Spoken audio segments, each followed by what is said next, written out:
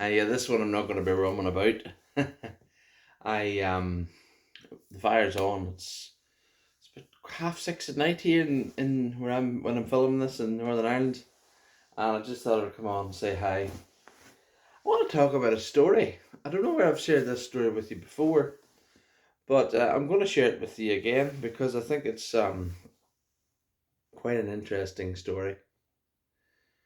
You know I don't know about you, but I have very vivid dreams. I mean, last night I had the night before I had several dreams. I couldn't find Laura. And in the process of not finding Laura, I found myself to be in a rundown house. There was an elderly lady. I don't know how this happened. I fell through a wall or something. I don't know. But there was an elderly lady and she was on the sofa and I realised she was waking up as I was. And it was an old style house, an old style interior. The sofa was kind of floral with wooden arms. Uh, Suggest 70s, 80s feel. Um, and the lady was in an apron. And I ran out to the kitchen to hide because I didn't want to scare her, but scared her. And I woke myself up at her screaming at me. Last night I had several vivid dreams. One of them was I don't know how I did it, but I was back home in my old town and I don't know how I got there, but I was in my mother's garage of all places. It's run down. It actually, we've had to board her old garage up because it's a dangerous place to be in. The garage door fell in. The roof is falling in, and her landlord won't demolish it or fix it. So we had to board up the windows and the old garage door. The door that goes in and out, it's okay at the moment, but there's nothing in there that's savable anymore because it's really damp and there's mice in there. But my mum rents accommodation and the landlord won't do anything about it. Because my mum pays like dirt cheap money to rent this house, the landlord isn't really, bothered. My mum sits in squalor for years before any repairs are done around the house, which is quite upsetting. But she'll not leave there. She'll not leave because she said she can't afford it, and I can understand that. Not everybody has the luxury of owning their own home. Yes, I do pay a mortgage, and well, half of a mortgage. Laura pays the other half. Uh, but nobody, not everybody has that luxury. But anyway, I was in this dream. I was in my mum's garage, and something in my dream was telling me that the garage was an old, like, missionary hut, a missionary's hall or something, if you want to call it that, where these people like Plymouth Brethren were in and they preached. And I was going to salvage the pulpit to use for my other YouTube channel. Crazy. Then I realised when I was trying to get home, I couldn't find my car.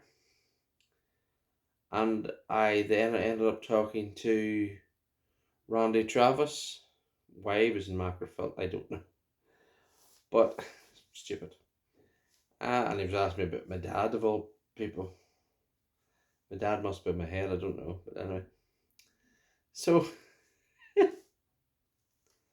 and to some people watching this, they'll believe it's one person, but actually it's another person. We're not going there. So that's the weird dreams I had last night. And then I missed my first alarm this morning. My first alarm goes off at 10 to 7 in the morning. The second alarm usually goes off about a quarter past 7. So that gives me another 20 minutes or so in bed. So I know to get up when the second alarm goes off. Second alarm is the alarm. Okay. First alarm's my wake up kind of thing. And then my second alarm is my safety alarm, which I know when the safety alarm goes off, I have to get up. No, no, the first alarm is the safety alarm. First alarm initially wakes me, doze off, but I'm not fully asleep. Some mornings I do fall, and I fell straight back to sleep instantly. This morning I didn't hear my first alarm. Alexa went off, and apparently I didn't even hear. Didn't hear. Then my phone's my second alarm at a quarter past 7. So I jumped, got washed, dressed, brushed teeth, went out. got my medication, jumped in the car. I was 2 minutes late. Wow, 2 minutes late. That was amazing. So, but in this dream, I was looking my way home and I couldn't find my way home. And after talking to Randy Travis, I couldn't find my car and I was searching everywhere for my car. And I couldn't remember where I had left my car. But that's not what I want to talk about. I want to talk about a crazy dream I had about 2 years ago. What a dream! I probably have talked about it before, but I just felt as if it would make an interesting vlog. So in the dream, I woke up. It was dark. I was in bed, and I just thought I was in bed. But I wasn't in my bed. I was in a hospital bed. I was actually in a bed that was in the ward, a hospital ward that I actually work in. And the staff who I work with were looking after me. And when I woke, one of the staff says, "Oh, Mr. Watson, we're so glad." And I was like, "Why do they call me Mr. Watson? Mr. Watson, we're so glad to see you awake. We're going to get your wife now." And I could hear them on the phone saying, "Yes, we're just letting you know that your husband's awake. And you've said and you'll come." So half an hour, 40 minutes came, and the nurse had come in and did my blood pressure and all that there. And I'll give it to you as it happened. So, because we all know a dream only lasts about 1 or 2 seconds, but this lasted forever. So 40 minutes came in, 40 minutes passed, the nurse came in, took my blood pressure. They'd actually give me something to eat, something to drink, and I was sitting up in the bed, and this woman walked in, this middle-aged, I would say she was in her early 50s, walked in, came over and said, "Oh, Joe, I'm so glad that you're awake." And I was like, "Who are you?" She said, "I'm your wife." I was like, "You're not my wife. My wife's only 33. And she, "You'd be lucky." I said, "Where's Laura?" And she was like, "Who's Laura?" I was like, "You know Laura. Laura's my wife. You should know who Laura is. Laura's my wife." And I pointed at my wedding ring. It was this very same wedding ring. "Where's Laura? Where's Laura? I want to speak to Laura." Well, this woman's started being very visibly upset. And I hated upsetting this lady, but I wanted to see my Laura. And she's there on my screen now as I'm talking about this because I'm using my phone and the chat heads is open. So turn that off because I know it's nice to look at her, but it's nicer if she's here, but she's not here. "Where's my Laura?" So she went out and she says, "Look, there's something wrong." I could hear something wrong with my husband. He's asking for another woman that he's supposed to be married to. Uh, the nurses came in and said, "You're okay, Mr. Watson. You're okay, Joe. It's all right. Well, this is your wife." And I said, "This is not my wife." I says, "No offense, missus, but I'm only in my 30s. I'm 30. I was 35 at the time, and now I'm 37, so it was 2 years ago. I'm only 35. I'm not married to a woman of your age. No offense." Well, this woman started crying and roaring, and I was thinking, what is going on? And it was very vivid. Like I'm sitting here now. It was very vivid. And she was squealing and roaring, and the nurses were trying to console her. They were trying to tell me, "Look, Joe, you're actually 56, 55, 56. This is your wife. You've been married for how long?" And the wife would say, "We've been married for 30 odd years, 34 years, 30, or was it 34 years?" I was like, I wasn't one when I married you. I don't know who you are. You're old enough to be my mother." Well, so she left. This woman left. I was glad. And I just wanted to get up and see Laura. And they were like, "No, you're not going. I let me see my Laura." So initially, then I heard the nurse saying, "Oh, this must be the other woman. It must be having an affair."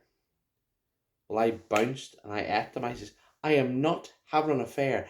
I'm married to Laura Watson. She's a nurse in here. Would you go and get her? She's a specialist nurse. Go and get her." They just they let me say they let me they let me just talk away. Then they sent in my colleague. My main role is dementia, people that have delirium, and people that are confused. And obviously, I was showing symptoms of being confused.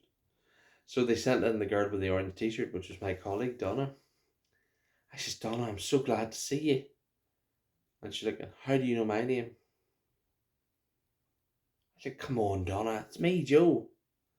Yes, I know you're Joe, but how do you know me? Like, Donna, I work with you. No, you don't. You're a patient. I was like, Donna, it's me, Joe. What are they talking about? And she says, I think you're confused. I'm not confused. I want to see Laura. And obviously they can't force you, but I got up and they started coming after me. And they actually sedated me. And then, as far as I was aware, the next few days in comes a social worker. They do this with patients that are confused. They put in a deprivation of liberty, which means they take your liberty off you, so you can't. So you basically what they can do is they can keep you from escaping. So they took my liberty away from me, and it was scary, really scary. Over the next few days, this woman came in, and I heard her saying, "How is he?" The middle-aged woman, and they said, "Still looking for this woman, Laura. Are you sure he hasn't been having an affair?" And the woman was like, "He must have been. This is so traumatic." And she would leave in clothes for me. And I wouldn't be right. I didn't recognize his clothes, but they were fresh pajamas and stuff, as I was wearing them. So after about a week, I started to realize, or started to think, this must be my life. This must be who I really am. And that life that I had with Laura and who I was, the radio presenter, the dementia companion, the YouTube vlogger, all this here must be must have been a dream. And I started thinking, right, okay, well they've took my liberty off me. They're drugging me because they believe I'm confused. I need to start playing along with this. And these thoughts came through my head. So I did. I started playing along with them. I says, I would like to see my wife, please. Laura, I says, no, no, my wife. So I played a wee bit of a game. I remember this very vividly. Even 2 years on, I remember it very vividly. Year and a half. Um, I said to it was about a week into the dream. A weekend, and I start. I'm really sorry. I don't know what's been wrong with me. Um, and I happened to have a wee look at the notes, and I saw next of kin was Rebecca Watson. Okay, I goes, I'm really sorry, Rebecca. I'm sorry I didn't notice you. Why you call me Rebecca? It's like, it's your name. But I go by Sarah, and I was like, okay, Sarah, sorry, I'm a wee bit confused. I just, could you tell me what happened? What happened? Why am I in here? Oh, she says you went out looking for, you went out with, your brother and my brother. Your brother, and you and him went for a suit fitting because you remember, Sophie's getting married in 2 weeks. So, yeah. I had no clue who Sophie was. And then it happened. The video call came from Sophie, which was my daughter, who was 25 and was a just about to graduate as a doctor. Video call came on the phone. Hi, Dad. I was like, oh, hi, darling. How are you? Oh, we're so glad you're okay. Dom says you're going to be all right, and I hope you'll be fit to give me away. I says, yeah, I'm fine. I'm fine. Uh, and then after that, then she took the phone.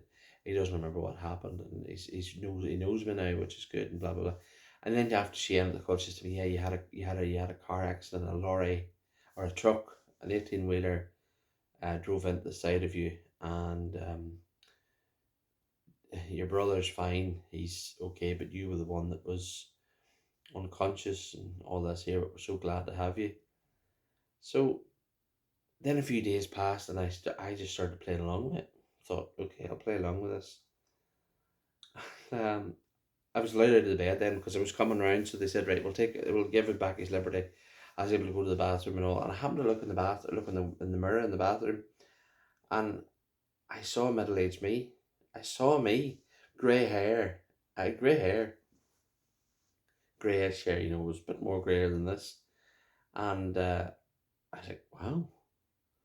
And I trimmed down a bit. I thought this is brilliant. Hopefully, this is a sign that I'm going to be a bit more trimmer, and I'm going to be, sly grey fox. So, 2 or 3 days later, they started process for discharge, and I remember Sarah coming to get me, and my bags were packed, and I was expecting. I says, right, I'll play along with this, and tonight, whenever she goes to bed, I'll jump in the car and I'll go home, see if Laura's there. So we got home, or we got to the house where I apparently lived, and our daughter again video called. Hi, Dad. I'll be home in 2 days' time. We'll get the wedding. The wedding. The wedding's in a week's time. We'll be grand. We'll be okay. We'll be good. We'll be good. We'll be brilliant. So that night, then she went to bed, and I said, I'll sit up a wee while and watch TV. She says, okay, fair enough. Um, your shows are recorded. Go and watch them. So I waited about midnight, and I jumped in the car, and I came to here, and Laura didn't live here. And I went out to Laura's home, up where Laura's from, and I didn't know the family out there. I didn't know who they were. I thought, right, this is getting a bit mad. Did I dream this? And then I started to convince myself it was a dream. Came home, went to bed. I was glad she didn't want any nuke, because I wasn't going to give her any. So, couple of days passed. I'm telling you, this was the timeline. It was 3 weeks, and it was the morning before the wedding, and my daughter had arrived home, and she was all business. I know, and she was a lovely girl, and she called me dad, and it was really nice, because I don't think anybody will ever call me dad. I don't think so, and I hope so one day, but who knows. But dad and dad this and dad that, and come on, dad, we'll go for a coffee, and we went for coffee, went back again, and then it was the morning of the wedding, and so he went, damn, forgot the buttonholes, and I said, look, I'll go get them. Where are they at? She told me, and I went and got them on the way back home to the house, because we were coming back to the house so that I could get ready and take my daughter into the wedding car, take her to the church, walk her down the aisle, and then Bob's your uncle. So on the way back from the florist, I turned her corner, and an 18-wheeler slap bang. Well, I woke up and it was dark, and I thought, oh, not again, not again. And then I heard Laura going. He goes, thank you, God. I was home. I was home. I did feel sad for a way that I could have given that girl away and known what it was like to give someone away. But it wasn't. It was a dream. It was stupid. But that dream lasted, I'm telling you, the guts of 3 weeks. And a dream only lasts about 1.5, 2 seconds. But the time frame was, I was actually in this body. I was actually there. Some people talk about portals. I think I was transported to another life, another version of me. It was quite disorientating. And once I knew Laura was in the bed with me, I actually woke Laura up and goes, Laura, I love you. I love you too. What time is it? I said, 3 o'clock. What are you waking me up at this time in the morning for? I've work in the morning. What are you doing that for? I said, darling, what? Just want to tell you I love you. I love you too. And she gave me a kiss and went to sleep. And it was the nicest. I missed her. And I probably, we went to bed at 11 o'clock, but I actually genuinely missed her. I didn't see her. I'd been away for 3 weeks. I had been away 3 weeks. I dream very vividly, but that was the first time in my life I'd been gone different life for 3 weeks, and it was scary to think that you're thinking, is this really my life? Was that life before? Was it really a dream? And this is the reality. And of course, there was pictures all around the house of the whenever I was in the dream, there was pictures all around the house. There was even a picture from my wedding day to this woman 30 odd years ago, and I thought, oh my god! And I was looking at these pictures, I'm thinking, oh my goodness, I don't remember these things happening. And she says, wasn't that a great day? And I says, it was, love, it was. I didn't remember them. I remember nothing. I remembered nothing. I was like, oh my god. Pictures of my mother, my father, and they were actually together. But it wasn't the mother that I've known or the father. No, it was an actual older couple that were my mother and father. I recognised no one in and when I came here, there was a different couple living here.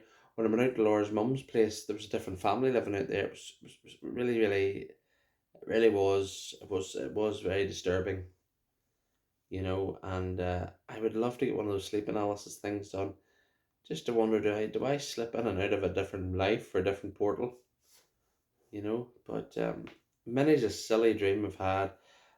My dreams are very vivid, and I do remember most of them. And sometimes there's I've dreams of things that happened, but there's extra events to them that didn't actually happen, but I believe them to be real, you know. But I just thought I would share that story of that dream that I had almost 2 years ago when I was in an accident with an 18 wheeler twice, and first time I don't remember it because I was put in a coma, and then I woke up and I was confused, and I knew I wasn't confused, but the people thought I was confused. Random family. It was crazy. I had this brother I'd never met before, and I was in the house, and he was talking to me, and he was saying things to me that only a brother would know. And obviously his wife was there, and his children, and my daughter, and I just, I just couldn't believe it.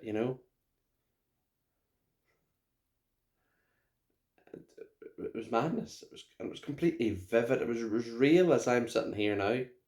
It was very much real, and I see all these pictures on the mantelpiece, and all in all, I was hoping that I would meet Laura somewhere, and I never did. And the fact that I went to her family farm and it was a different family,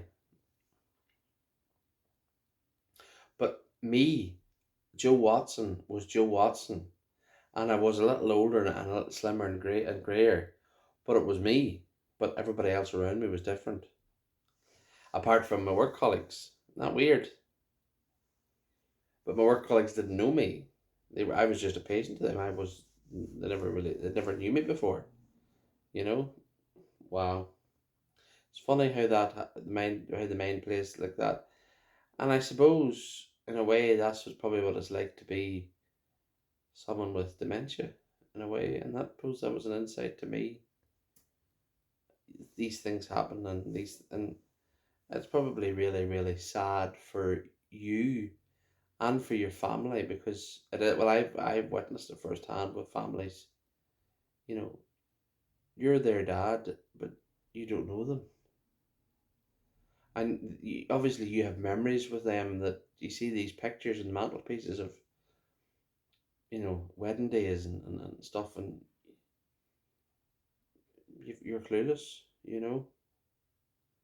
But that was a dream that I had, and I just thought I would share with you. Sorry for rambling on, but another wee vlog for you. Take care, and I'll see you in the next one. Bye bye.